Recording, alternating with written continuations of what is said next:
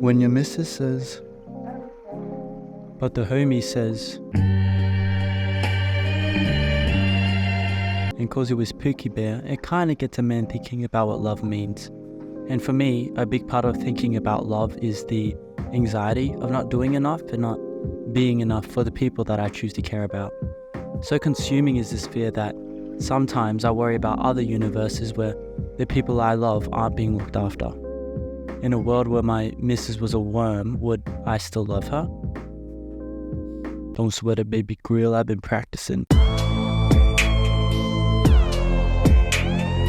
This was all conjecture in my head until I came across these two movies. Jun Matsumoto's To Every You Have Loved Before, and To Me, The One Who Loved You. If you recognize the names or the posters of these movies, you probably already know that there's a hook to them. Two love stories that you could watch in any order, and the order that you watch them in would drastically change your perception of the ending. Great hook, right? But what's the catch? If you're a critic like me, you're thinking, something's gotta give to make this work. And yeah, while the movie does some incredible things with the narrative, I would be remiss to say that it wasn't without compromise. In execution, it's clunky, disjointed, and a little bit confusing. But the narrative itself is really quite beautiful, and that's the praises that I want to sing for these two movies. It not only fulfills the promise of having two endings that are distinctly affected by the order you've watched them in, but the differences are integral to a story that profoundly comments on how we view and interact with love. So I want to acknowledge the best parts of these movies' narrative, structure, and commentaries on love. I want to weave that into a general conversation about how we, Wallflower, as artists, view love and how that impacts our music. And then I want to make some music, stealing the best ideas of these films and appropriating them into a different medium of art. So I hope that sounds interesting to you. I hope you enjoy.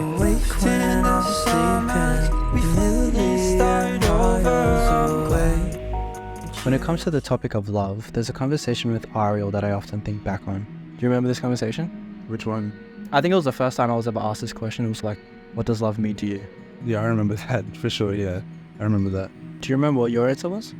I don't know what I said to you that night, but I think for me, it's very different from what your definition is. Yeah. Obviously. Yeah. But like love for me has always been the ability to understand and connect with people beyond a level that you can do things for people your whole life, but unless you know why, that question, for me, that's what love is. The journey of finding someone else and like the journey of understanding them intellectually and also discovering what's at the deepest point in their heart and realizing that ultimately like, yeah, there is another person in this universe and that you're not just like playing a video game.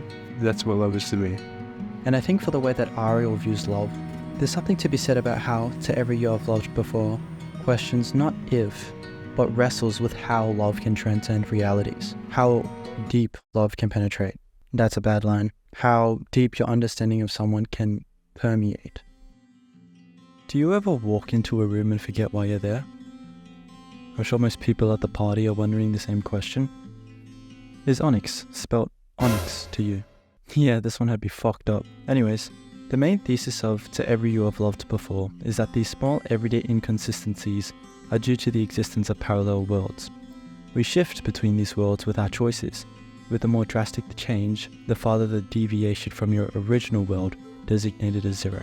It's with this idea that the movie challenges how it's possible to love someone through different realities. If the person you love or loves you has had completely different circumstances than to what you're aware of, how can that love persist? And fundamental to how we view love is how we are taught to interact with it. And so the movie starts us where that teaching would begin for most of us, with familial love. This code gear looking ass protagonist named Kiyomi is confronted with his first big decision, choosing to stay with his mother and her parents or his father during their divorce. He picks his mother and her family. A part of that family is Kiyomi's grandfather, a strict, no-nonsense paternal figure, and in an argument with Kiyomi, scolds him for pointing a BB gun at the family dog Yuno. Shortly after, his grandpa passes of a heart attack. Sorry guys, I got the clips in the wrong order. As the funeral preparations begin, Kiyomi takes Yuno on a walk. I don't know what his shoes were laced with, but he was tripping. Is there a world where that's funny? And after clipping through the ground, he finds himself in a capsule. As Kiyomi begins to make his way home, things seem slightly different. His mother is shocked to see him, and so are his grandparents. Through Kiyomi's naive lens, we begin to understand that this is an alternate reality, one where he's chosen his father. In this world, his grandfather isn't dead, but Yuno is. Kiyomi's alive grandpa seems quite different to what he's used to. He's patient, accepting and loving. And in a beautiful moment that is grief, regret, and reconciliation all in one, Kiyomi has a conversation with his grandfather.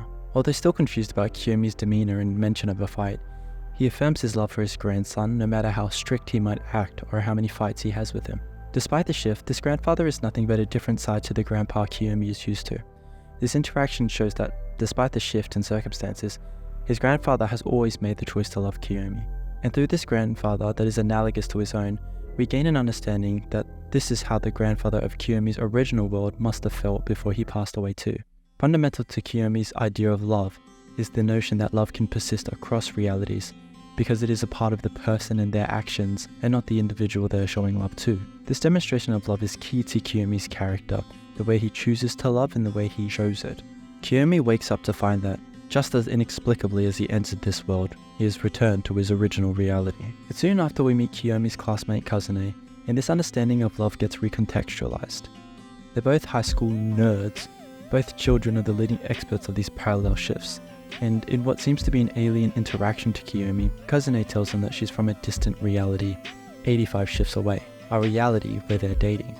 She can tell from an IP device, a machine that tracks your consciousness as it shifts between parallel worlds.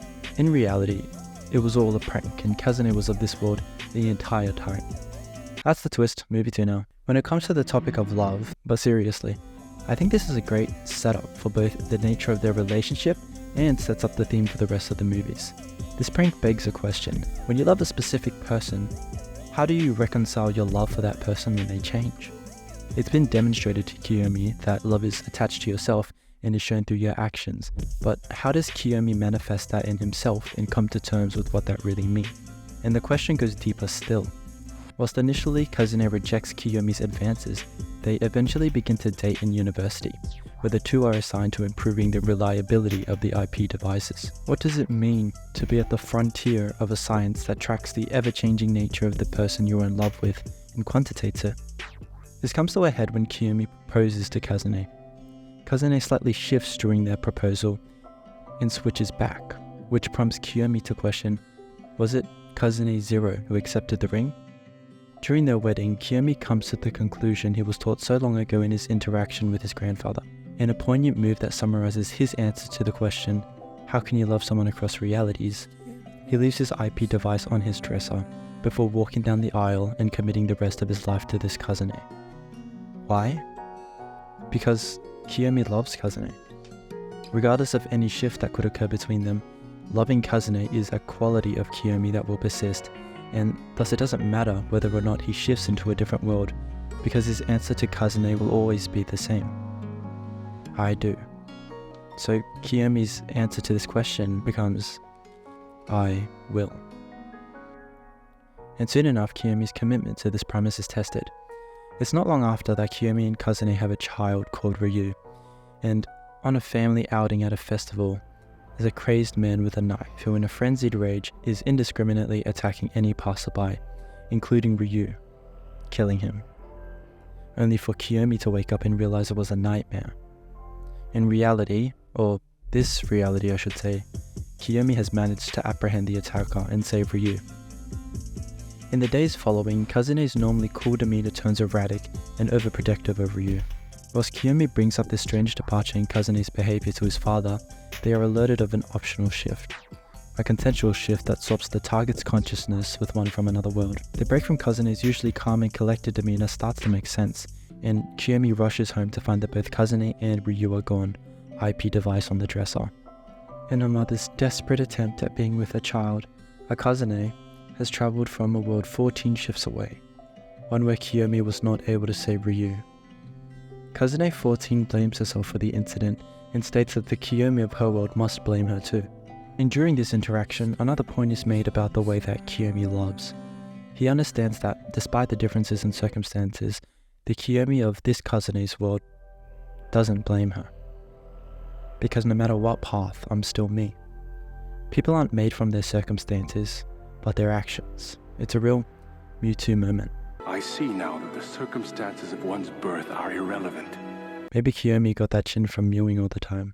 And because love is both an action and an aspect of himself, loving Kazune is a core part of who Kiyomi is, regardless of what reality they're in. It's with this understanding that he can confidently state that the Kiyomi of her world is waiting for his Kazune to return. And so, Kazune 14 shifts back to her world, and our Kiyomi's Kazune returns. Although not zero due to the identity diffusion, they have a touching exchange on the way home. Kiyomi finally reconciling what it means to keep his promise to his original Kazune, despite him also being conscious of the fact that they are both constantly changing. Both not only shifting in personality, but in realities. And so if you've ever wondered what the Japanese in our latest song Wishing is, it's this quote here. その100の僕はきっと100の君を愛している The idea of an understanding so deep that your love encompasses every part of them in their entirety, including possibilities for sadness and happiness. And I'll skip this fucking fiasco, and I suggest you do too if you watch these movies. And also the ending of the movie, as it doesn't really serve my point directly. But to summarize what we've watched already, separate from my understanding of love, I think that To Every You Have Loved Before sets the idea that you are not your circumstances but your actions. And to love someone is a choice and an action, and therefore your love for someone is not attached to that person specifically, but in your decision to do so. So how do you resolve that idea within yourself? It comes from a deep understanding of someone, so much so that that understanding encompasses all of their possibilities. It's here, at my own logical conclusion to this movie, that I'd like to take a break to discuss another video. One of my favorite video essays comes from a channel called Daryl Talks Games. In the video in question, Stories That Use Time to Hurt You, he states that time stretches these souls into different realities than locations. In a film where these distances are literal realities, it's a great supplementary video to watch, and it's just good watching in general. All this to say, he makes reference to what makes a good mystery, and it's one about these movies that I have yet to answer. How do these movies reconcile a love story between two different love interests? And he proposes that the first step to a good mystery is a setup. In the video, Daryl makes a comparison to Your Name.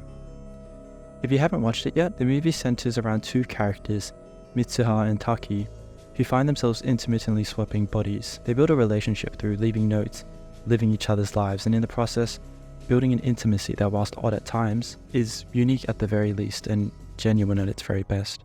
However, one day, the switching stops. In the pursuit of solving this mystery of why they've stopped switching, or where Mitsuha's gone, Taki goes off and, using the clues he's gathered from living her life, tracks down her location. In the second part of what makes a good mystery, it's the punchline. So when Taki finally finds her location and he goes to her hometown, he finds... When it comes to the topic of love, there's a conversation with Ariel that I often think back on. Do you remember this conversation? Which one? I think it was the first time I was ever asked this question, what does love mean to you? Yeah, I remember that for sure. Yeah, I remember that. Do you remember my answer? I don't remember specifically what you said, but I think I can give you an answer for what I think your answer would be. I mean, this is just a guess. I don't want to like impose shit on you. Your love language is everything that you would do for someone, and the way you demonstrate love and the way love's been demonstrated for you is through the work someone's willing to put in. Not necessarily like the things they say, but how much blood, sweat and tears they're willing to put into making sure that you're taken care of and that you're safe and that you don't have anything to worry about, maybe. For the way that I view love, there's something to be said about how, to me, the one who loved you presents the question of, if you promised somebody the world, how many worlds would you follow them across to give that to them? Do you ever swear you've put something somewhere, but it's not there when you look for it? And then you ask your mom and she hits you with, if I go up there and I find it. I can't find that. To me, the one who loved you proposes that these small inconsistencies we can't quite account for, or are slightly misremembering things, is a result of us shifting into slightly different realities. This gets explained to us by Kiyomi's father, who Kiyomi decides to stay with after his parents' divorce. This choice is Kiyomi's first foray into a different reality that would blossom into two separate movies. It's with this premise that the movie also proposes the question, how can you follow through on a promise to a loved one? How much of that love is follow through, and how much of it is the promise? The movie explores this, starting in a place where a lot of us form these foundational ideas about love. Kiyomi's childhood and family life.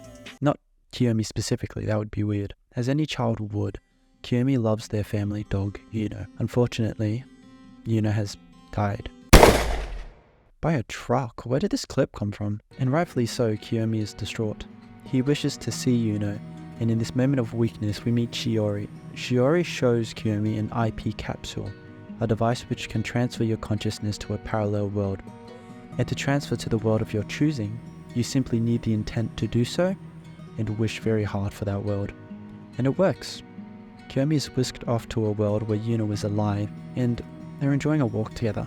Kiyomi wraps up the walk at his mother's house where Yuno lives, and upon arrival, sees that a funeral for his grandfather is about to start. Now this incident fundamentally affects the way in which Kiyomi views love in two ways. The duality of a boy reuniting with his dog against the revelation of his dead grandfather paints the consequences across the naive lens that Kiyomi carries. Kiyomi reuniting with Yuno is proof that his intention and his effort is enough to stretch across literal realities, but the destination and consequences aren't always as sweet as that journey. Thankfully, after Kiyomi falls asleep, he is able to return to his original world, Shiori, and free himself from these repercussions. Bam. Montage.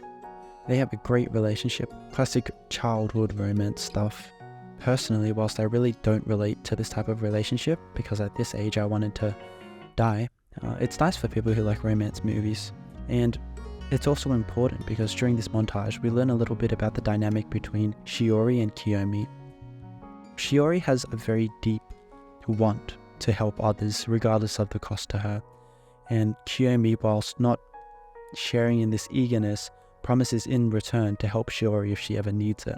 Anyways, this montage has gone on long enough and shit has to go down, so after some time working together, Kiyomi's dad and Shiori's mum announce to their kids that they are getting married, which makes Shiori and Kiyomi step bro. Not really, but in their minds they can't be together anymore. And so Kiyomi wants to run away to a place where they can be together and he can keep God on his promise and take care of her. It's Shiori's idea actually to travel to a parallel world where her parents aren't divorced, and therefore a parallel world where they can be together. And so they rush off to the IP capsule that Kiyomi went into years earlier. They both go in, both with the same intention and wish to travel to a world where they can be together. And they both manage to shift, as confirmed by Kiyomi waking up to his mother and his father in the same household. But as Kiyomi rushes out to see Shiori, he sees Shiori at the crossroad, where she is hit by a truck. Where did this clip come from? They shift back to their original world. However, Shiori is unable to wake up and is pronounced to be in a coma. The day after, Kiyomi finds Shiori at the crossing they met at, but he can't seem to touch her, and nor do other people acknowledge her existence. We come to understand that this is the ghost of Shiori, and what remains of her consciousness has been imprinted onto Kiyomi. And with this shred of hope that Shiori can return, and his desire to get good on his promise, he brings up the event to their parents and asks how he can help Shiori. And for the rest of the movie, we follow Kiyomi's struggle to keep his promise to Shiori.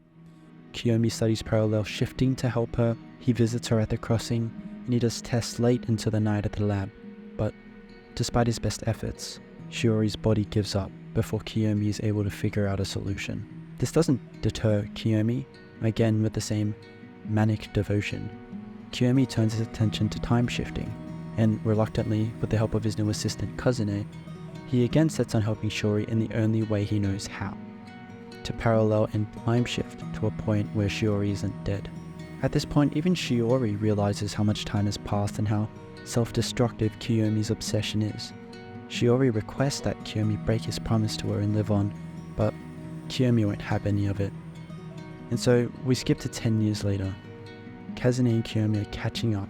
It's only during this interaction does Kiyomi finally crack the case on how to time shift, with some mumbo-jumbo explanation about bubbles. The implications of this type of shift is that his consciousness will travel back in time, leaving an empty husk in this current reality. And all that for Kiyomi to travel to a world where he and Shiori never meet, the only way that he can ensure Shiori's safety.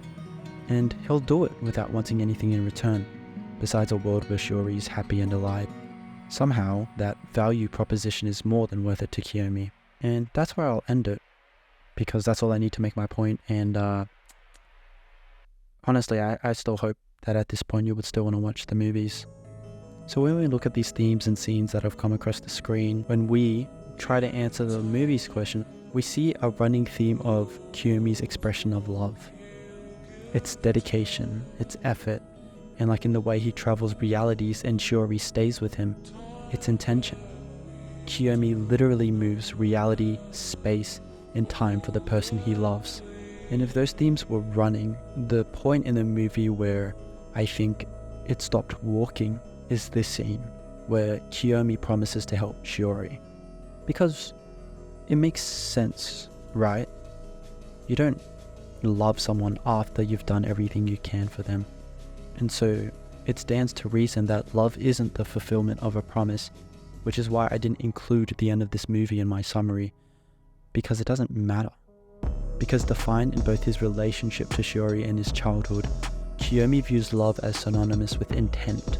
More than anything, love is the intention behind the promise and the choice to keep it. So the question isn't how many worlds, it isn't quantitated by the limits of your dedication, it's quantitated by your dedication. It becomes, will you follow them across any? I think the most poignant thing about these movies is how they present two forms of love and how both are valid. And it's interesting because they almost stand in direct opposition to each other. When the movie establishes you are your actions and that you persist despite your circumstances, how does it continue to show a singular character's relation to two love interests? How does it reconcile Kiyomi's promise to love Kazune in a way that encompasses all of her possibilities? How does it present a Kiyomi who is manically devoted to his one and only Shiori? I've talked enough about how these movies present their cases for love, so I'll leave this specific mystery for you to go and watch the films yourself and find that out, and also enjoy all the little details that I've left out. But with the movies and their themes being summarized, it's time to take these ideas and turn them into music. You already know what it is. It's beat making time. It's time to make beats. What I wanted to do with this song was really capture the narrative hook of these movies. And for me, the core promise of that hook is how the viewer decides to interact with the story impacts how they perceived the story. So how did I execute on this idea? Well, first off, I started with some tea and I played this sort of wistful guitar. It seemed quite fitting for a love story, quite the blank canvas. In the spirit of wanting to tie this song to the movie's narrative as much as possible, I thought to transpose this guitar into piano. So kind of like the musical equivalent of a parallel shift, but for the guitar. And another reason for this is that there's a cool technique I like to use when it comes to making melodies, and I'd like to show you. So to transpose this guitar, I used Ableton's audio to MIDI feature. We can see that the software isn't exactly going to be able to replicate what you played just using the audio, but it gets close. And what it also does is interpret some harmonies or frequencies that you didn't play as notes. And as I go through the menu to fix up the timings of the notes, I just accentuate those mistakes into melodies. And I like to call it emergent melodies or accentuating emergent melodies. Basically, I don't know the notes on the guitar, so I just fuck around and find out. And yeah, I do this sometimes in our music when I'm sampling Ariel's piano freestyles. But at the end of that process, we have this. So with that piano as the bass, what really captures the development of the narrative is the drums and the bass. You'll see a lot of doubling of instruments and elements, again harkening back to the idea of parallel realities running alongside each other. So we have kick and the ghost kick, doubled hat, and then delayed basses, and then the vocals. But we'll get to that part later. Keep it a secret. Moving on from the intro, we have a section here that both movies share, which is basically a montage of the characters' relationships. It endears us to these characters and lets us feel the unique chemistry that these characters have pretty efficiently. And so this general section here is the musical equivalent of that. I thought most importantly that the passage of time was conveyed in this section. So the beat kind of morphs into this electronically influenced Bang. And speaking of time being conveyed, I think I do something weird with the time signatures. But like, what does it start here? What does it end here? Like, what is this? What is this even? What is this? Stop it. Why? I don't have the musical know-how to know what I did, but it sounds good, and to me that's all music is. I don't know music theory, so. As well, the new serum and 808s in this section makes this part feel like its own microcosm within the song, which sort of makes narrative sense given the context. So now we're coming to the end of the song, and we're still approaching the question of how did I appropriate this hook into music? If my intention was to let the listener decide how they interacted with the story, I could have made 2 songs with each song's lyrics contextualizing the other, but I thought that was a bit too. Instead, I decided to layer 2 melodies, the left and right side, both that harmonize with each other and tell unique stories. In the middle of the song, the lyrics converge to tell one story, but at the end, just like the movies, and just like the first half of Wistful with a T at the front, there's a twist. The idea being that rather than making 2 separate songs like the movies, the lyrics and melody tell 2 different stories at the same time within the same song. You, as a listener, get to decide whether you tune into the left or the right ear and therefore affect the story that you get out of it. I'd suggest listening to the song on SoundCloud first, maybe even twice, listening to each side and sort of seeing how I did and getting the full effect of the song now that you know how to listen to it. And please, if you do that, leave a comment below and tell me how I did. I've never written from a purely fictional place before, but it was really fucking fun. And I sort of want to see how that kind of writing worked out for me. Oh, and then I sent the entire beat off to Ariel for mixing. Ariel, what did you think of the challenge of mixing 2 vocals going at the same time? I really like. Yeah, okay, thanks Ariel. Enough of that. Anyway, here's the song. You waved in the summer, we fully started over away.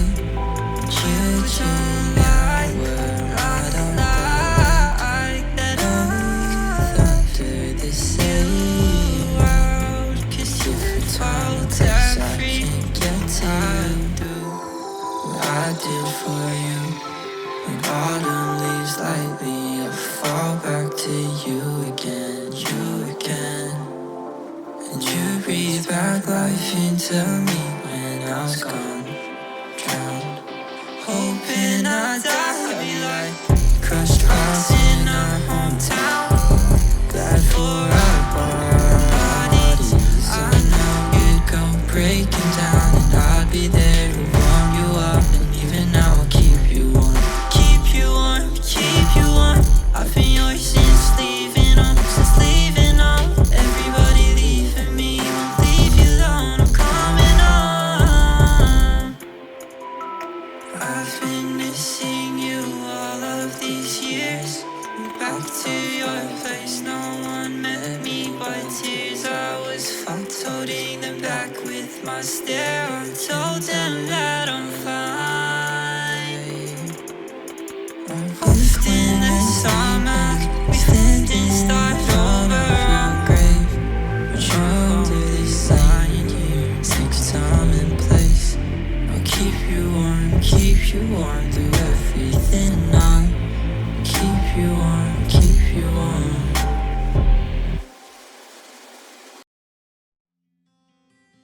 So this artist, I like Dale Harding, right? He says in Darawal, in the indigenous language of his people, of his mother's tribe, there isn't really a word for love, and it just is part of who you are. It's part of how you treat nature. It's part of how you treat everyone around you. Because it doesn't need to be a word if it's just embodied in every single little thing that you do. There's no reason to talk about it. There's no reason to make it an abstract concept as if it's something that you can go and find it in a bush and oh, I found love. It's no, it's just there in everything you do. And I think that's how it should be, ideally. There's a sentiment we've always shared with each other. Different journeys, same destination. When you share as much artistic honesty with someone as me and Ariel do, or with anyone you have the courage to do that with, you not only understand their views, but how they get to that point. And despite our views on love being so different, it's core to everything that we do, and it's in everything that we do. I think it's evident in the way we communicate, in the way we make music.